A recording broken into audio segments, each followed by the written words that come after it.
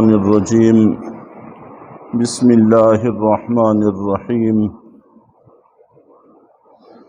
ولا تجعلوا اللہ عرضة لأیمانکم ان تبروا وتتقوا وتصلحوا بین الناس، اور تم اللہ کے نام کو اپنی قسموں کے لیے ایسے طور پر استعمال نہ کیا کرو کہ تم نیکی کے کام اور تقوی کے کام اور لوگوں کے درمیان صلح و صفائی کروانے سے بچ سکو۔ اس آیت کے شان نزول میں کئی واقعات پیش آئے اور احادیث کے اندر موجود ہیں۔ ویسے تو آدمی کو کوشش کرنی چاہیے جہاں تک ممکن ہو سکے کہ وہ زیادہ قسمیں نہ کھائے، حتی الامکان قسموں سے بچنے کی کوشش کرنی چاہیے۔ اور قسمیں کھانے کی ضرورت بھی تبھی پڑتی ہے جب عام معاملات ہمارے درست نہیں ہوتے۔ اگر عام معاملات ہمارے درست ہوں تو پھر قسم کھانے کی بھی ضرورت نہیں پڑتی اور کسی کو قسم لینے کی بھی ضرورت نہیں پڑتی۔ تو چونکہ عام معاملات کمزور ہوتے ہیں، اس کی وجہ سے شکوک و شبہات پیدا ہوتے ہیں، تو پھر ان کو دور کرنے کی غرض سے، تاکید کی غرض سے قسمیں اٹھائی جاتی ہیں۔ لیکن پھر بھی بہرحال اگر کسی آدمی نے قسم کھا لی کہ میں یہ کام نہیں کروں گا، اور حقیقت میں وہ کام نیکی کا کام ہے، اچھا کام ہے، درست کام ہے، تو پھر اس کو چاہیے کہ اپنی قسم کو توڑ دے، اس کا کفارہ ادا کرے اور اس کام کو کرے، اس سے رکے نہ۔ چنانچہ ایک صحابی حضرت مصطح رضی اللہ تعالی عنہ ہیں، جب سیدہ عائشہ صدیقہ رضی اللہ تعالی عنہا کے خلاف منافقین نے پروپیگنڈا کیا تو کچھ صحابہ کرام سادہ نوعیت کے وہ اس پروپیگنڈا میں آ گئے۔ ان میں سے ایک یہ بھی ہیں، اور ان کے اخراجات حضرت ابوبکر صدیق رضی اللہ تعالیٰ عنہ برداشت کیا کرتے تھے۔ بہت سارے گھروں کا خرچہ حضرت ابوبکر صدیق رضی اللہ تعالیٰ عنہ چلاتے تھے، ان میں سے ایک یہ بھی تھے۔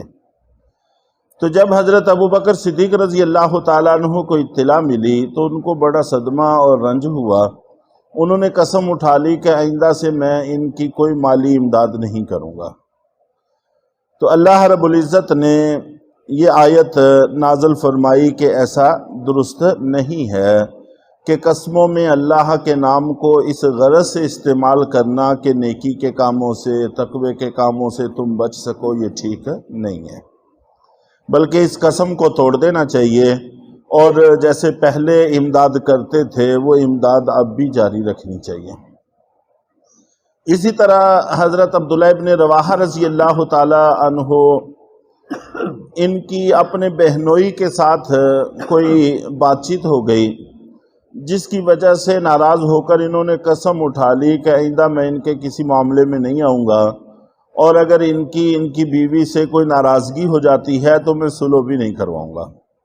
ظاہر ہے جب اپنوں میں میاں بیوی میں کوئی بات ہو تو اپنے ہی صلح کروایا کرتے ہیں، تو اس لیے انہوں نے قسم اٹھا لی کہ میں ان کے درمیان صلح بھی نہیں کرواؤں گا۔ اس پر اللہ رب العزت نے یہ آیت نازل فرمائی کہ نیکی کے کاموں اور تقوی کے کاموں اور لوگوں کے درمیان صلح و صفائی سے بچنے کی غرض سے اللہ کے نام کا استعمال یہ ٹھیک نہیں ہے۔ اور نبی پاک صلی اللہ علیہ وسلم کا اپنا عمل نمونہ ہے اور بہترین نمونہ ہے۔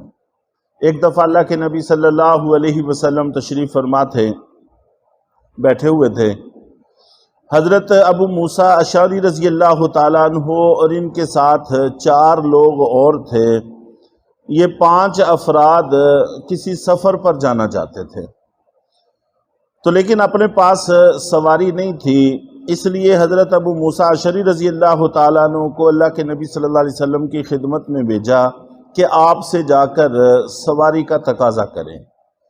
چنانچہ حکومتوں کی ذمہ داریوں میں یہ چیز داخل ہے کہ وہ اپنی رعایا کی ضرورتوں کا خیال رکھیں، ان کی مستقل ضرورتیں، ان کی وقتی ضرورتیں، ان کی عارضی ضرورتیں، ایمرجنسی ضرورتیں، سبھی کا خیال رکھیں۔ تو صحابہ کرام کو جب بھی کبھی کوئی مسئلہ درپیش ہوتا ضرورتوں کی غرض سے تو وہ بھی اللہ کے نبی صلی اللہ علیہ وسلم کی طرف رجوع کیا کرتے تھے۔ حضرت ابو موسیٰ اشعری رضی اللہ تعالیٰ عنہ آئے، جس وقت یہ پہنچے تو اللہ کے نبی صلی اللہ علیہ وسلم کسی گہری سوچ میں تھے، اور آدمی کو چاہیے کہ دوسرے کی موجودہ صورتحال کا بھی تھوڑا سا اندازہ لگا لے کہ مجھے اس وقت یہ بات کہنی چاہیے یا نہیں کہنی چاہیے، کرنی چاہیے یا نہیں کرنی چاہیے۔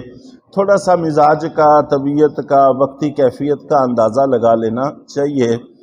تو یہ ایک مستقل عمل ہے جو ضروری ہے، لیکن حضرت ابو موسیٰ اشعری رضی اللہ تعالیٰ عنہ نے اس کا اندازہ لگائے بغیر آ کر سلام کیا، اور سلام کر کے عرض کیا کہ اللہ کے رسول ہمیں 5 اونٹ سواری کے لیے عنایت فرما دیجیے۔ تو اللہ کے نبی صلی اللہ علیہ وسلم نے قسم اٹھا لی کہ میں تمہیں کسی اونٹ پر بھی سوار نہیں کروں گا، کوئی اونٹ سواری کے لیے نہیں دوں گا۔ تو حضرت ابو موسیٰ اشعری رضی اللہ تعالیٰ عنہ واپس چلے گئے۔ کچھ دیر کے بعد اللہ کے نبی صلی اللہ علیہ وسلم نے کسی کو بھیجا کہ جاؤ ابو موسیٰ اشعری کو بلا کے لاؤ۔ وہ آ گئے۔ جس وقت وہ پہنچے تو انہوں نے آ کے دیکھا کہ 5 اونٹ بندھے ہوئے ہیں، اور فرمایا کہ یہ 5 اونٹ لے جاؤ۔ یہ 5 اونٹ ان کے ہاتھ میں تھمائے تو انہوں نے عرض کیا کہ اللہ کے رسول آپ نے قسم اٹھا لی تھی، تو کیا آپ اپنی قسم کو بھول گئے ہیں؟ تو آپ نے فرمایا کہ نہیں، میں اپنی قسم کو بھولا نہیں ہوں، بلکہ اس کا میں کفارہ دے دوں گا۔ تو کسی بھی نیک عمل کو چھوڑنے کی قسم نہیں اٹھانی چاہیے۔ اگر کوئی بندہ کسی موقع پر اٹھا بیٹھے تو اس قسم پر قائم نہیں رہنا چاہیے، بلکہ اس کو توڑ دینا چاہیے اور اس قسم کا کفارہ ادا کرنا چاہیے، اور نیکی کے کام سے نہیں رکنا چاہیے، وہ نیکی کا کام انسان کو جاری رکھنا چاہیے۔ اسی کا ذکر ہے کہ نہ تم بناؤ اللہ کے نام کو اپنی قسموں کے لیے آڑ بہانہ کہ تم نیکی اور تقوی کے کاموں سے اور لوگوں کے درمیان سلوک کروانے سے بچ سکو، یہ ٹھیک نہیں ہے۔ واللہ سمیع علیم، اور اللہ تعالیٰ خوب سننے والے، خوب جاننے والے ہیں۔ لا یؤاخذکم اللہ باللغو فی ایمانکم، اللہ تعالیٰ تم سے تمہاری لغو قسموں کے بارے میں کوئی مواخذہ نہیں کریں گے۔ وَلَٰكِن يُؤَاخِذُكُم بِمَا كَسَبَتْ قُلُوبُكُم، لیکن تم سے ان قسموں کے بارے میں مواخذہ کریں گے جن کا تمہارے دل نے ارادہ کیا۔ واللہ غفور حلیم، اور اللہ تعالیٰ خوب بخشنے والے، تحمل والے ہیں۔ تو پچھلی آیت ہی کی کچھ وضاحت اس آیت میں ہے کہ یہ احکام ہر قسم کی قسم کے لیے نہیں ہیں، بلکہ قسمیں کئی قسم کی ہیں۔ بنیادی طور پر 3 قسمیں قسموں کی یہاں پر مذکور ہیں۔ ان میں سے ایک قسم جس کو ہم یمین لغو کہتے ہیں، یمین لغو، یہ بھی ہمارے ہاں رائج ہے اور اکثر لوگ اٹھاتے رہتے ہیں۔ اس کا مطلب یہ ہے کہ ماضی کے کسی کام پر آدمی اپنے طور پر سچی قسم اٹھائے، اس کا خیال یہ ہے کہ میں سچ بول رہا ہوں، تو اپنے تئیں وہ سچی قسم اٹھاتا ہے ماضی سے کسی متعلق کسی کام کی جو وقت گزر چکا ہے، اس سے متعلق کسی کام کی کہ میں نے یہ کام کیا تھا یا یہ کام نہیں کیا تھا۔ تو اگر وہ یہ سمجھتا ہے کہ میں سچ بول رہا ہوں تو اس قسم کو لغو کہتے ہیں، فضول قسم ہے جس کے اٹھانے کی بھی کوئی ضرورت نہیں ہوتی، اور اللہ تعالیٰ اس پر مواخذہ نہیں فرماتے کیونکہ وہ بالارادہ سچ بول رہا ہے، جھوٹ کا اس کا کوئی ارادہ نہیں ہے۔ اور دوسری قسم اس کا تعلق بھی ماضی سے ہے، جس کو یمین غموس کہتے ہیں۔ کہ آدمی ماضی ہی کی کسی کام پر جھوٹی قسم اٹھائے، یہ سمجھ کر قسم اٹھائے کہ میں جھوٹ بول رہا ہوں۔ تو یہاں پر آیت میں بھی ہے وَلَٰكِن يُؤَاخِذُكُم بِمَا كَسَبَتْ قُلُوبُكُم، مواخذہ کریں گے ان قسموں کے متعلق جن کا تمہارے دلوں نے قصد کیا ہے، ارادہ کیا ہے۔ تو یہاں پر جھوٹ بالارادہ یہ بول رہا ہے، جان بوجھ کر یہ جھوٹ بول رہا ہے، اس پر مواخذہ ہوگا، گناہ ہوگا، اور توبہ اور استغفار کے بغیر وہ گناہ معاف نہیں ہوگا۔ البتہ اس میں کفارہ واجب نہیں ہوتا۔ اور تیسری قسم وہ جو عام طور پر مستقبل سے متعلق ہم قسمیں اٹھاتے ہیں، آنے والے وقت سے متعلق قسمیں اٹھاتے ہیں، جس کو یمین منعقدہ کہتے ہیں۔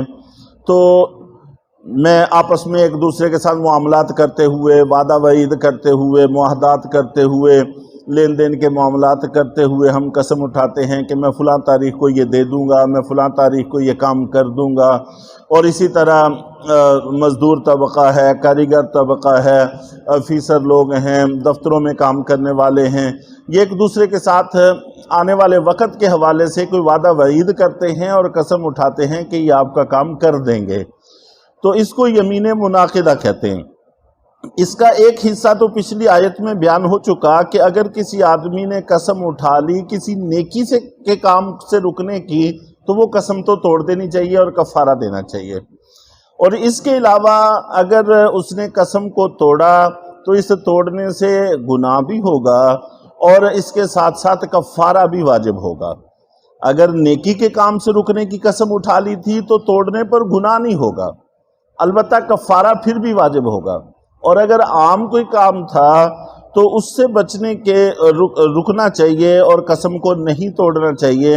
اگر توڑے گا تو کفارہ بھی ہوگا اور گناہ بھی اس کو ہوگا، اس لیے کہ اس نے جان بوجھ کر اپنے معاہدے کو توڑا ہے، وعدے کو توڑا ہے، اور اللہ کے نام کی لاج نہیں رکھی جس کو ذکر کر کے اس نے عہد اور معاہدہ کیا تھا۔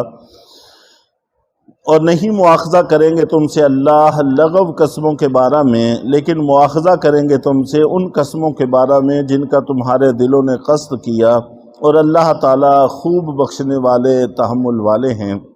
اللہ تعالیٰ ہم سب کو عمل کی توفیق عطا فرمائے۔